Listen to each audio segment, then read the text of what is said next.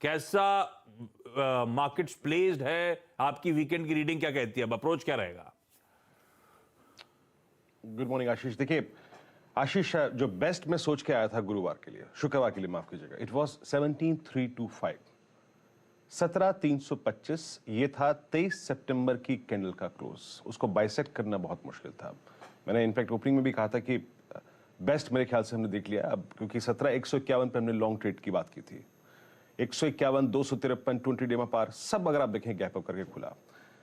तो लॉजिकली अगर आप देखें उस ओपनिंग के साथ कोई ट्रेड बचा नहीं था आशीष। हाँ, मैंने क्लोजिंग में एक ट्रेड लिया था आशीष।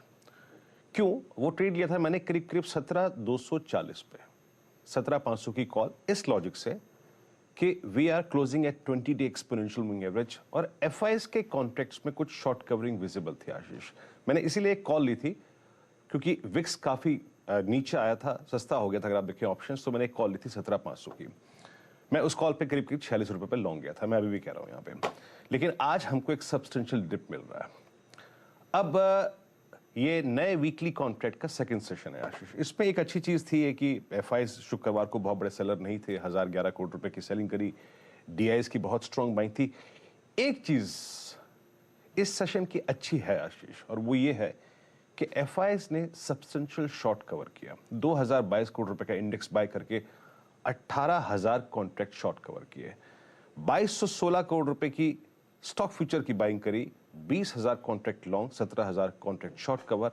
और एक और चीज अच्छी है कि उनकी तरफ से करीब 10,000 कॉन्ट्रैक्ट पुट शॉर्ट आई और 44,000 कॉन्ट्रैक्ट लॉन्ग कॉल। आशीष, जरा आप एक बार एक स्टैट्स एक चार्ट देखिएगा स्क्रीन पर। यह है आपके स्क्रीन पर एफआईएस के कॉन्ट्रैक्ट्स का डेटा 23 सितंबर के बाद। एग्जैक्टली क्या हुआ? हमने 23 सितंबर की कैंडल को छुआ। ये देखिए आशीष, 23 सितंबर के बाद के हम सबसे कम शॉर्टेस्ट, मतलब ये जो है ना, ये है कि उनका शॉर्ट का डेटा कम हुआ है। ये लोअर लेवल से जब पुल बैक दिखाता है तो शॉर्ट का डेटा कम हुआ है।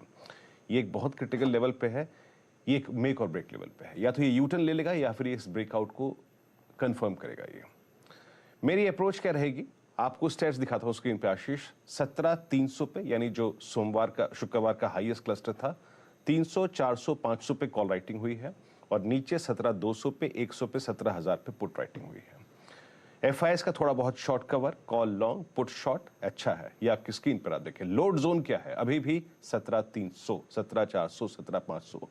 और पुट्स में अगर आप देखें आखिरी में थोड़ी बहुत शॉर्ट जो था वो कवर होता हुआ नजर आया। बट स्टिल 12 लाख पुट खड़ी हुई हैं आपकी करीब करीब 17,000 की स्ट्राइक पे। आशीष, मेरी अप्रोच क्या होगी? देखिए आशीष, बेस वन, बेस टू जब तक वॉलेट नहीं होगा शॉर्ट नहीं करूंगा। क्यों? क्योंकि आपके 200 डे एक्सपोनेंशियल मूविंग एवरेज ऊपर की तरफ फ्लो कर रहे हैं। मतलब अब धीरे धीरे ऊपर की तरफ आ रहे हैं। Base one, base two, no shorting thoughts, क्योंकि यहां पे शॉर्ट बनाने में पैसा पिछले 15 दिन में नहीं बना।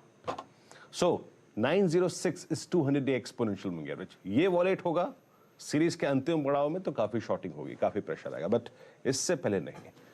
अगर आपके short term long term bets हैं इस ओपनिंग के साथ, तो बेस वन के नीचे अगर हम जाएं तो काट लीजिएगा। लेकिन लॉन्ग तभी करेंगे जब बेस वन पर कुछ बेस बिल्डिंग नजर आएगी। इंट्राडे में 17,000, 17,100 पे पुट राइटिंग होगी, 17,151 पार करेंगे तो लॉन्ग ट्रेड लेंगे, अदरवाइज नहीं। स्ट्रॉन्ग स्विंग 17,251 के ऊपर मिलेगा। That is 20 day exponential moving average, जहां पे हमने वो कॉल ली थी। याद रखिएगा, लॉन्ग बेट शुक्रवार की हो, चाहे वो गुरुवार की हो, चाहे वो बुधवार की हो, बेस वन के नीचे मत रखिएगा। सेकंड बेस के नीचे शॉर्ट्स बनेंगे। ऐसे अप्रोच कीजिएगा। Nifty bank still out of these two indices Ashish, एक डिसेंट क्लोजिंग इसने शुक्रवार को दी। क्यों? 39,100 आपका 20 डे एक्सपोनेंशियल मूविंग एवरेज है। जो एवरेज निफ्टी नहीं होल्ड कर पाया वो निफ्टी बैंक ने होल्ड किया। ये ऊपर से उतना स्लाइड नहीं हुआ। 39,500 पे कॉल राइटर है, लेकिन 39,000 पे पुट राइटर भी है, 38,500 पे पुट राइटर भी है। प्लीज जरा पिरामिड्स लेके आइए। ये देखिए, 39,000 पे कॉल राइटर, 39,500 पे कॉल राइटर, लेकिन 39 की पुट पे पुट राइटर है, 38,500 की पुट पे पुट राइटर है। आशीष, यहां पर बेस वन, बेस टू जब तक वॉलेट नहीं होंगे नो शॉर्टिंग थॉट्स। क्यों? वजह है 39,000 आपका पुट राइटर का जोन है और बिटवीन 38,776 और 38,421 मल्टीपल एवरेजेस फ्लोट कर रहे हैं। तो मैं इस लेवल पे शॉर्ट नहीं करूंगा। बेस वन पे थोड़ा सपोर्ट लेगा तो लॉन्ग ट्रेड की कोशिश करेंगे। और याद रखिएगा, for this entire week 17,251 again जो लास्ट आवर में हमने ट्रेजेक्टरी सरेंडर करी वो और बैंक निफ्टी में 39,500 अगर ये रीगेन होगा तो जो तथ्य मैंने शुरू में कहा एफआईएस की शॉर्ट कवरिंग वो इस बाजार में थोड़ी सी कैपिटलाइज करेगी for the day. Base one इस पर फोकस कीजिएगा। लॉन्ग ट्रेड अगर जनरेट करना होगा तो इंडस्ट्रीज को ये लेवल्स होल्ड करके एक बेस बनाना पड़ेगा ड्यूरिंग द डे। आशीष बढ़िया है भाई। तो 16,906 जब तक वायलेट नहीं हो रहा तब तक ठीक है। एक बार वो 16,906 का लेवल वायलेट होता है तो एग्रेसिव दबाव शायद भारतीय बाजारों में पड़ता हुआ नजर आए। जो आज का बेस वन है 17,081 17,007 का जोन, ये इस पे अगर कोई बेस बिल्डिंग एक्सरसाइज नजर आती है तो फिर भी यहां से एक लॉन्ग करने का मन हो सकता है, लेकिन अच्छी तेजी 17,251 के लेवल्स को ब्रीच करने के बाद नजर आएगी आपको। वो सारे डेटा पॉइंट बढ़िया तरीके से प्रोड्यूसर साहब ने स्क्रीन पर दिखा रखे हैं, नोट डाउन कर लीजिए। ये हैं आज के सारे अहम लेवल्स।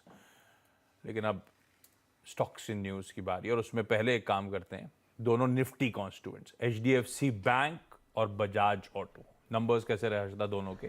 नंबर्स एचडीएफसी बैंक के तो डेफिनेटली बहुत पॉजिटिव है। यहाँ पर कॉस्ट ऑफ फंड बढ़ने के बावजूद ब्याज से आय में तो अच्छी ग्रोथ देखने को